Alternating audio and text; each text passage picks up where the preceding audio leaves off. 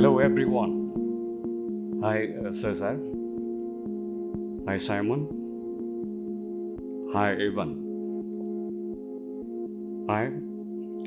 Welcome to Eyes on Southeast Asia, the premier podcast on foreign policy, security, and economic issues in Southeast Asia. Brought to you by the Foreign Policy Community of Indonesia, FPCI. I'm Jamil Maidan Flores, and I'll be your host for the episode today. Today we are going to have an exciting discussion. We are going to talk about the recent U.S.-China meeting that was held in Anchorage, Alaska, last March 18 between the U.S. and China. The first meeting between the two major powers since President Biden took office. Joining me today are Mr. Cesar Purisima of the Philippines. He was Secretary of Finance from 2010 to 2016. Professor Simon Tay of Singapore, Chairman of the Singapore Institute of International Affairs, and Dr. Evan Laksmana of CSIS Jakarta. So my first question is, can you give us briefly and in broad strokes your general impression and your assessment on the significance of this verbal encounter in Anchorage, Alaska? I think the fact that they met, I think, is a good first step, especially considering that the meeting is coming from a very low point, probably the lowest point in the history of the relationship, especially with the last 4 years of the Trump administration. And from the U.S. standpoint, this is one issue that has bipartisan support. No? In fact, 89% of Americans now regard China as a competitor or an enemy. No?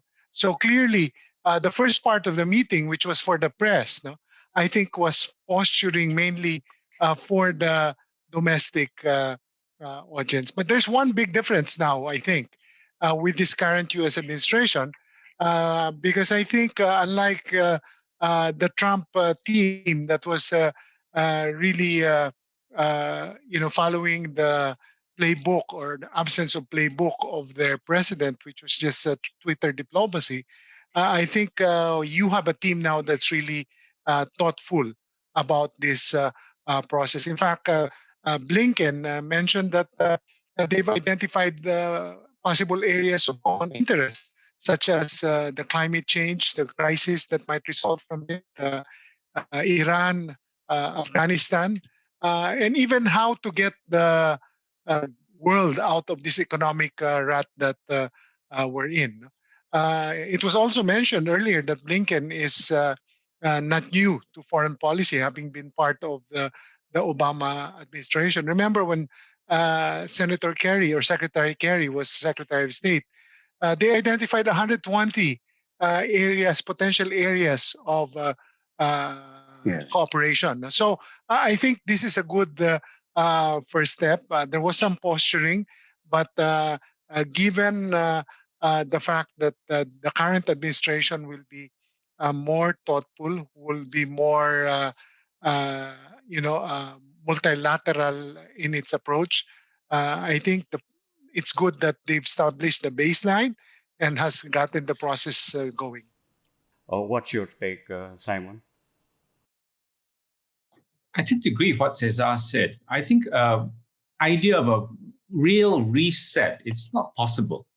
With China, they've come too far, and where they are also in the pandemic, they've seen their country handle it fairly well, and many others, including America, stumble. So if I think back to the global financial crisis, there will be people in China who think this is a pivotal moment for them, that their style is again and strengthening, whereas others are facing some real challenges in the years ahead.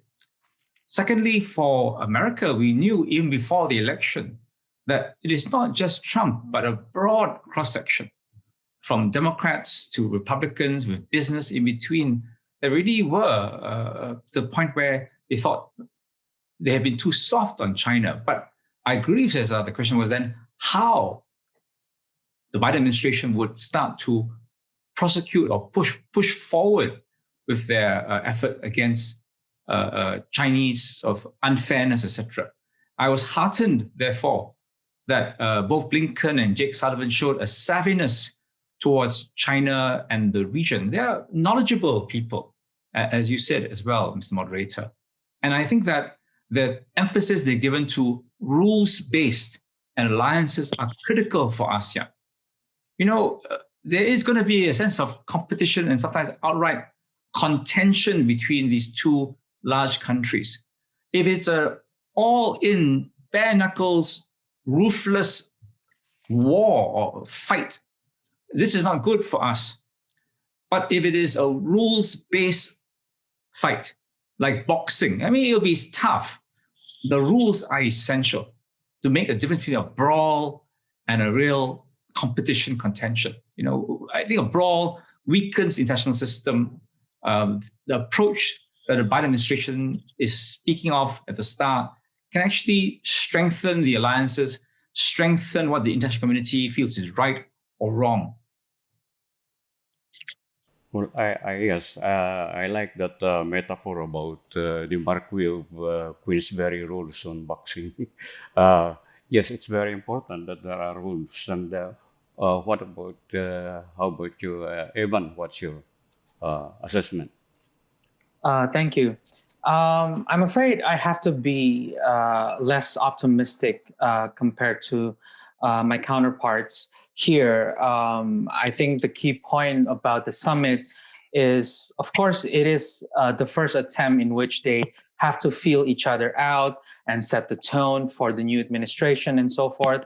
But I think the outspokenness of some of the issues being discussed, at least in front of the press, highlights two things. One, the severe, I think, polarization in the U.S.-China relationship that also draws in the rest of the world because I think it's less room for compromise. I think it's too soon to say that we are going back to the nice days of the Obama era and that the Trump period is done. I think that's not the case. I think the strategic competition of the Trump era will remain with sprinkles of the Obama era personnel and approaches on heightened level. So I think Simon is perfectly right that we can't go back to that era.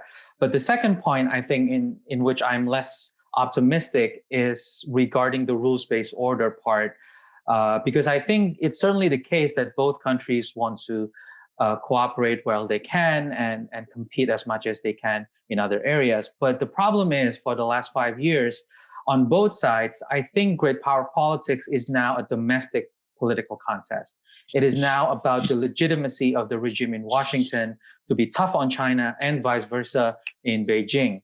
And in the contest between domestic legitimacy and rules-based order, I think domestic politics will win the day. So if it means that the U.S. will be more tough on China to sustain its legitimacy as we head into the midterm elections next year, I think it'll be hard to separate which one is pure concern out of geopolitical interest and which one is purely domestic partisan interest. And I think this is where we in Southeast Asia need to be very careful that we obviously prefer our own strategic autonomy. We obviously prefer that the US and China would work out their issues and reduce tension in Southeast Asia. But we also have to be realistic now in accepting that great power politics is now about the domestic legitimacy of the regime in Washington and Beijing. So it looks like the shape of the so-called Cold War with unique characteristics between the two powers will be shaped largely or to a great extent by developments, internal developments in both China and in the United States. Is that a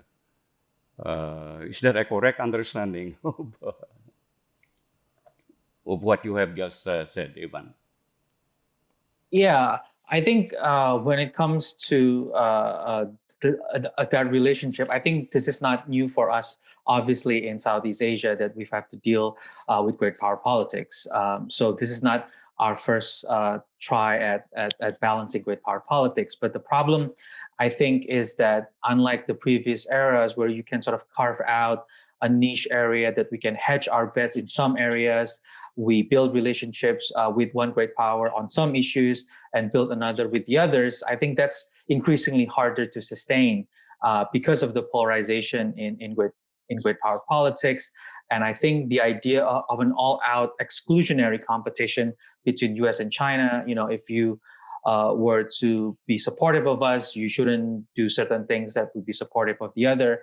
That type of arrangement, I think, is becoming more common, at least in terms of private conversations with policymakers. That's the impression that we're seeing. So this may not be the same as our previous competition. So we may need to be more cautious of this downfall, and we need to develop, I think, new ways of thinking of how we can hedge our bets. But I do think we don't have a good idea just yet on how to deal with this new round of great power competition. And I think ASEAN has been the standard response so far. But I think the trend, as we see in several Southeast Asian countries, is that they themselves are also realizing that ASEAN and the standard response of not choosing may not be sufficient. So I think countries in the region are struggling to find new options to manage this new round of great power competition. Can I jump in here? There are parts of which Evan said I agree with, and others I fairly disagree. First, I'd say cautionarily, this is the first meeting, and we're still very early in. And the fact that it's not Biden speaking, but we're focusing on his two top officials is significant.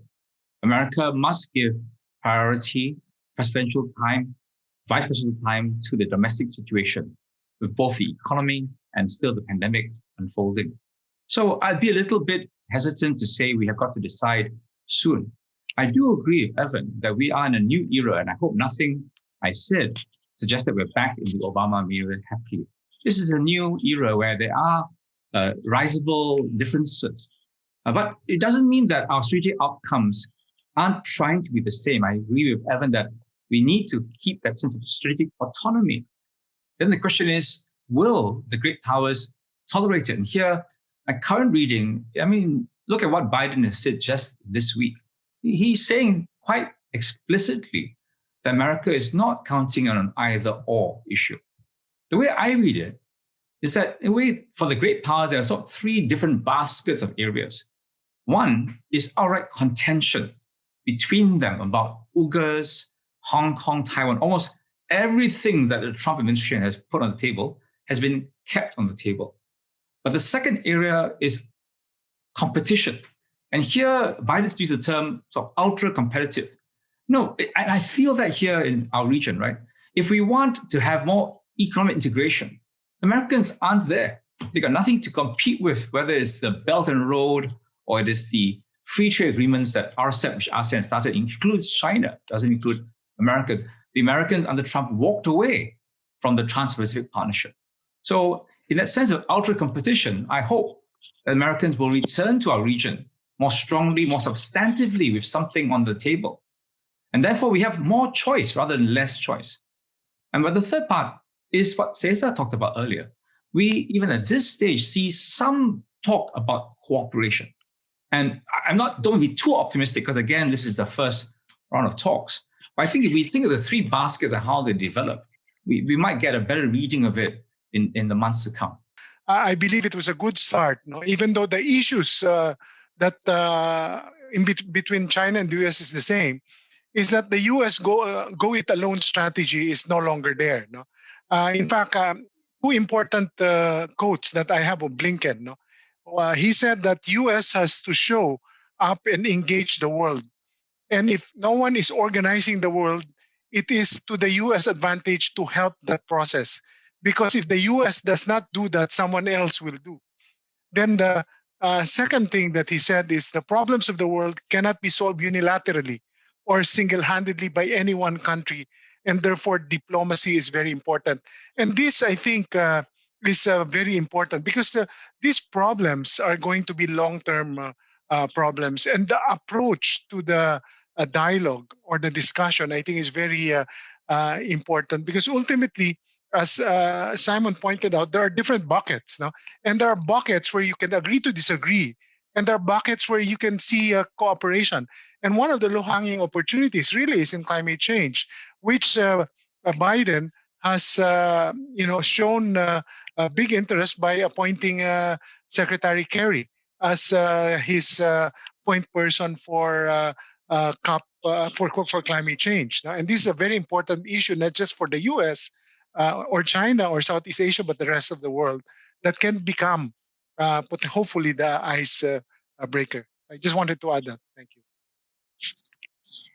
All right. So I was going to ask, is there going to be some kind of immediate impact on the, let's say, economic impact or political impact on on Southeast Asia as a result of this early interaction between the two powers? Well, as you know, China now is the number one trading partner of the region, and that's not going to change. No, we're next door neighbors, and we'll always be next door neighbors. And our area of the world will be the source of growth, not just for the region, but for the whole world. But what we hope to see is that whereas during the Trump administration, the U.S. was practically absent in the region, we hope that they begin their engagement. I don't think we can expect them to join this TPP again, but what I hope is they start negotiating bilaterally with, conclude the one with Japan and with the different countries of the region so that they help set the rules, especially in digital commerce and the new emerging areas of engagement. Because if they don't, they leave it up to China to be able to set that rule. So for Southeast Asia, it's important that we continue to engage China simply because of our proximity, as well as the fact that we're now each other's number one trading partner. But more importantly, we bring in the U.S. So that there is a natural counterbalance to China in setting higher standards for the rules that will be determined moving forward. Now, my next question is, can you imagine a situation where the US and China are working together to help peacefully resolve the crisis in Myanmar? I think first, I am possibly seeing the chance for cooperation with America and China. And as I think some of us said earlier, climate will be a very clear area because there Xi Jinping made a very strong commitment with carbon neutrality by 2060. And Biden will also have to do so. And he's pledged to do so. Audio. He already will take executive action orders to do so. The other area of possible cooperation, and here it's a bit optimistic and a bit early to say this, is on the pandemic and the WHO. There's, of course, a lot of vaccine nationalism going on, but I think this is an area where surely people must see that the cooperation of the great powers is necessary to reestablish safety in the world. On Myanmar, let's take an example. I think actually Americans under Biden are already trying to do no harm. They have come in with much more targeted sanctions at the moment against the Myanmar generals and now their holding companies, their economic interests. But they realize actually that their levers, because they have not invested that much in Myanmar, are quite weak compared to China, Japan, or even some of our ASEAN members, including my country, Singapore.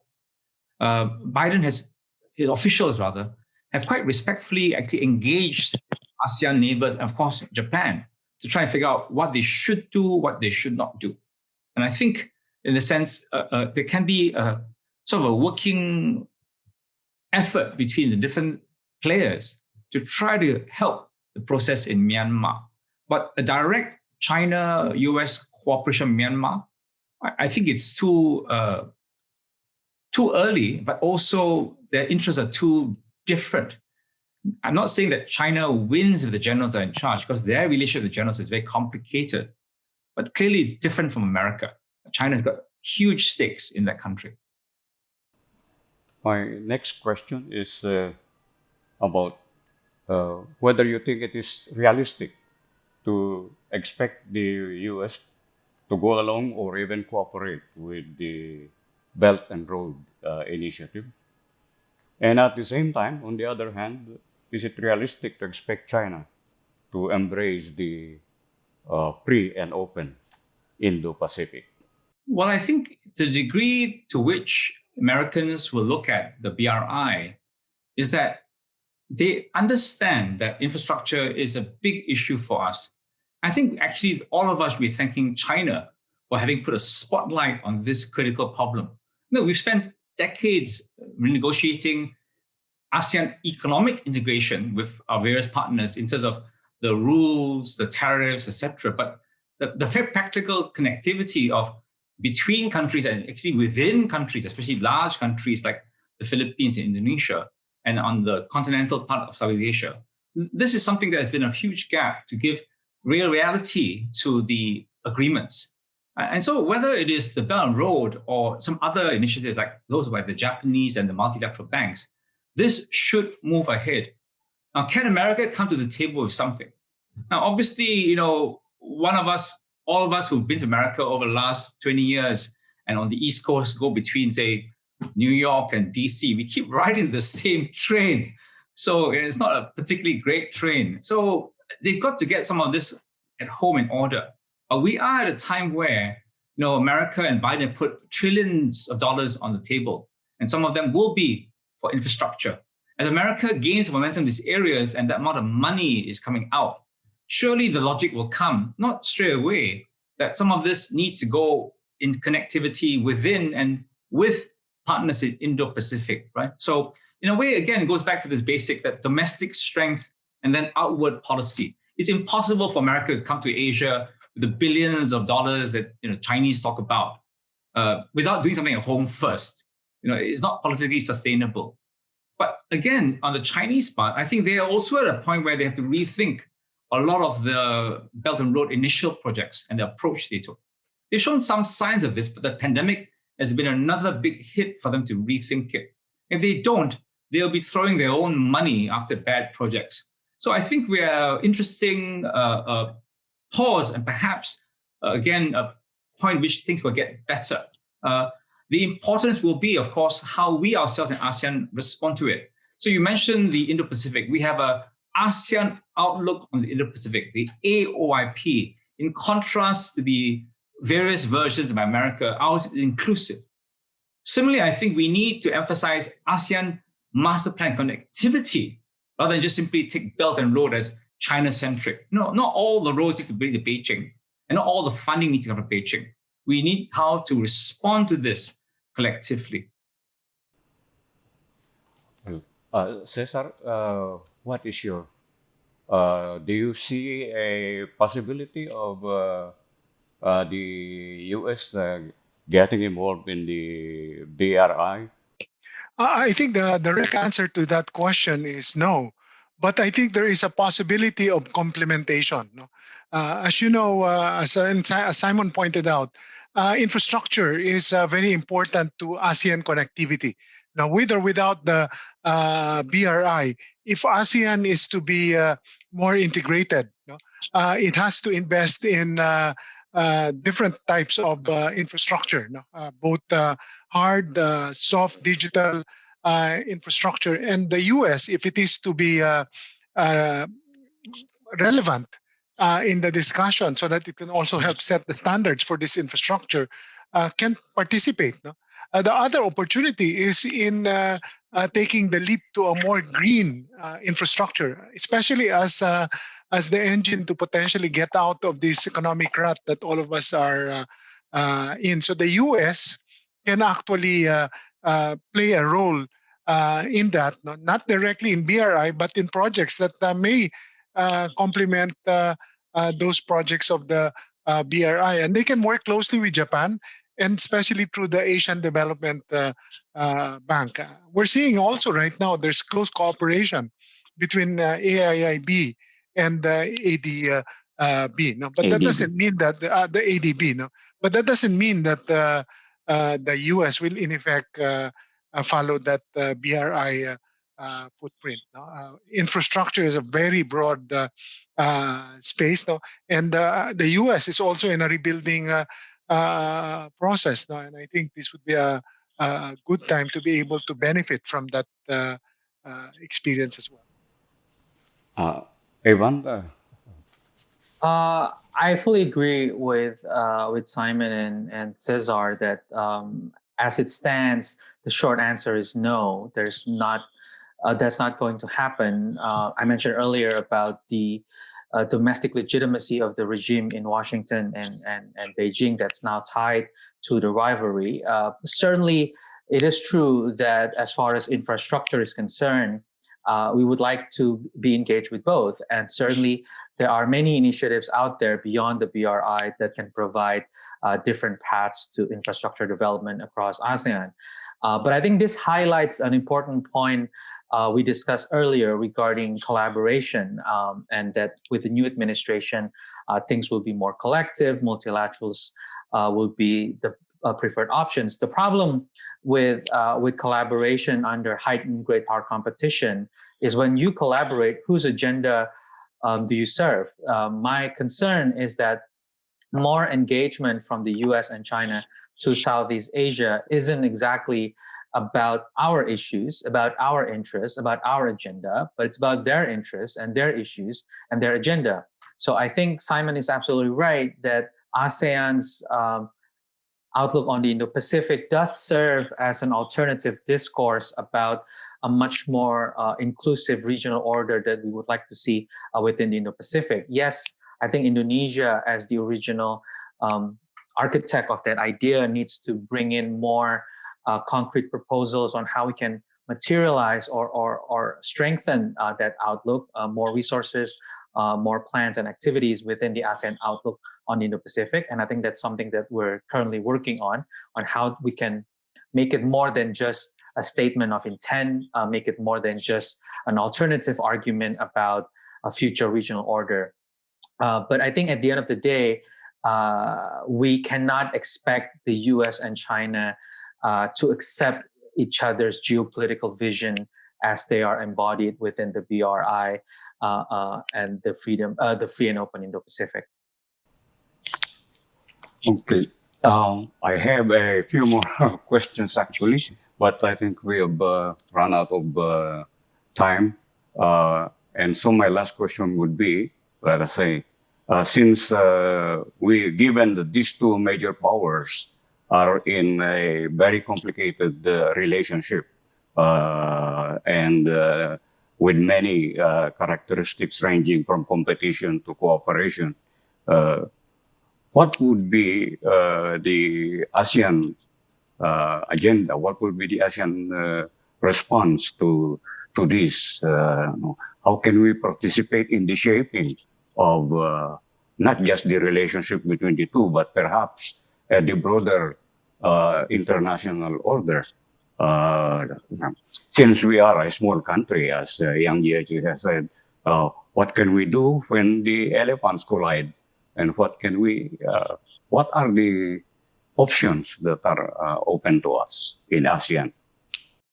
I think our safe harbor is really to continue to build on ASEAN centrality, to continue to fast track our integration as a region so that we can gain economic mass, so that we can properly become, hopefully, the convener in the region. Our first step is really to get the U.S. president back to our summits.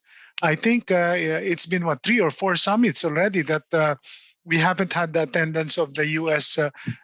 President, and hopefully with Biden as the current president, we can get him back again, so that the second pivot, as they say, can actually be more Meaningful, substantive. Yeah. Yes, I think that Simon. Cesar is right. We have to keep some of the old game, all efforts to engage all partners and really use the ASEAN symmetry and centrality. We have really got to fight against the view there's an either or worse, some sort of new Cold War. In a war, you really have to choose sides. This is at best a competition. In a competition, you can choose on one issue with one, go with another partner on the other. And then we've got to keep our ASEAN group together. Yes, there will be issues and differences, but I think we have the tools and the history to really have a candid dialogue with each other and then move forward in new ways. And I think that Myanmar and other new issues will test us, but better ASEAN hang together than hang separately, as the old saying is. Now, I think the third element is, while we are hopefully still in the center, we have got to learn to work with others. Korea, Japan, as an economy, Taiwan too. All of these have said they want more to do with ASEAN. I think these need to be taken seriously. We have at the same time a new animal on the horizon, the Quad, which had the first meeting with America at the leaders level, India, Japan, and Australia. We've got to think through very hard how ASEAN relates to this new configuration. They're all our friends, each of them, and they're all in the East Asia Summit. But the Quad as a group may have a different tenor, a different tone, especially in regards of China, who also is a very important partner for many of us. So there's a lot to play for and a lot of dynamics. And I think ASEAN has gone through a lot. At various points we've talked about echoes from the 1990s, the Cold War. But there are new ways of looking at this, and we must face the new challenges. And post-pandemic, really comprehensively try to recover. Before this pandemic, we were talking about growing at an equal pace with China. That is gone for the moment. But I think we continue to work. We must realize that not just united, we must be successful. A successful small grouping of small countries, as Yang Jie just said, we are small. Even Indonesia is relatively small compared to China or India, right? But we can be successful. We have been. And we should be confident that we can respond to the new strategic environment and also adapt. Evan, you have the last word. Thank you. I think, first of all, in terms of institutional development, ASEAN should consider revising the charter. I think some of the challenges that we see as a regional grouping can be tied to some of the challenges that we see in some of the provisions within the ASEAN Charter, from decision-making to the role of the Secretary General to a more institutionalized form of crisis management, as we now see to be necessary in the case of Myanmar. So for ASEAN to be a much more significant player, I think it's time that we review and revise the ASEAN Charter as actually included within the Charter itself, that there is a provision to review the Charter. Secondly, beyond the regional grouping, I think within individual Southeast Asian states, I do think that we need to develop much more closer ties and collaboration and coordination and figure out how to deal with our own respective issues, whether it's about maritime delimitation or about a mutual economic and political interaction across the board. I think the expansion of ASEAN in the 90s and 2000s sort of put us on a path to focus more on extra regional engagement and less within our own region. But of course, I also fully agree with Simon that Southeast Asian states and ASEAN should also be thinking beyond great power politics and actually consider the regional powers of Japan, South Korea, Australia, and others. I think these relationships have been built bilaterally with some countries in the region, but not across the board. And lastly, I think in terms of great power politics, my sense is that we have always assumed in Southeast Asia that the region is geopolitically important, that we are geostrategically crucial because we are at the heart of the Indo-Pacific. I think that breeds complacency in the recent years. I think we assume we're important, so we're just going to wait until the great powers court us economically, politically, or in terms of security ties. I think we need to figure out ways to define or redefine our importance by what we bring to the table, not by what others see in us and court in us. And I think this is something that we haven't really quite figured out because, to be honest, in the long run, I don't think it should matter whether or not the US president comes to our summit, because what matters is less the lip service and the diplomatic symbolism, but what kind of work and outcome that we can achieve as a region within ASEAN as the driving force. So for me, without improving how the institution is built, and by that I mean we have to review and revise the ASEAN Charter, without deepening the relationship among the Southeast Asian countries themselves, I think it'll be very difficult for ASEAN and Southeast Asia to set the agenda and set the tone for regional architecture in the future. Well, thank you. Thank you to all of you for sharing your thoughts. They've been very valuable. And we have a lot of things, more things to think about, given what you have shared with us this afternoon. Thank you very much.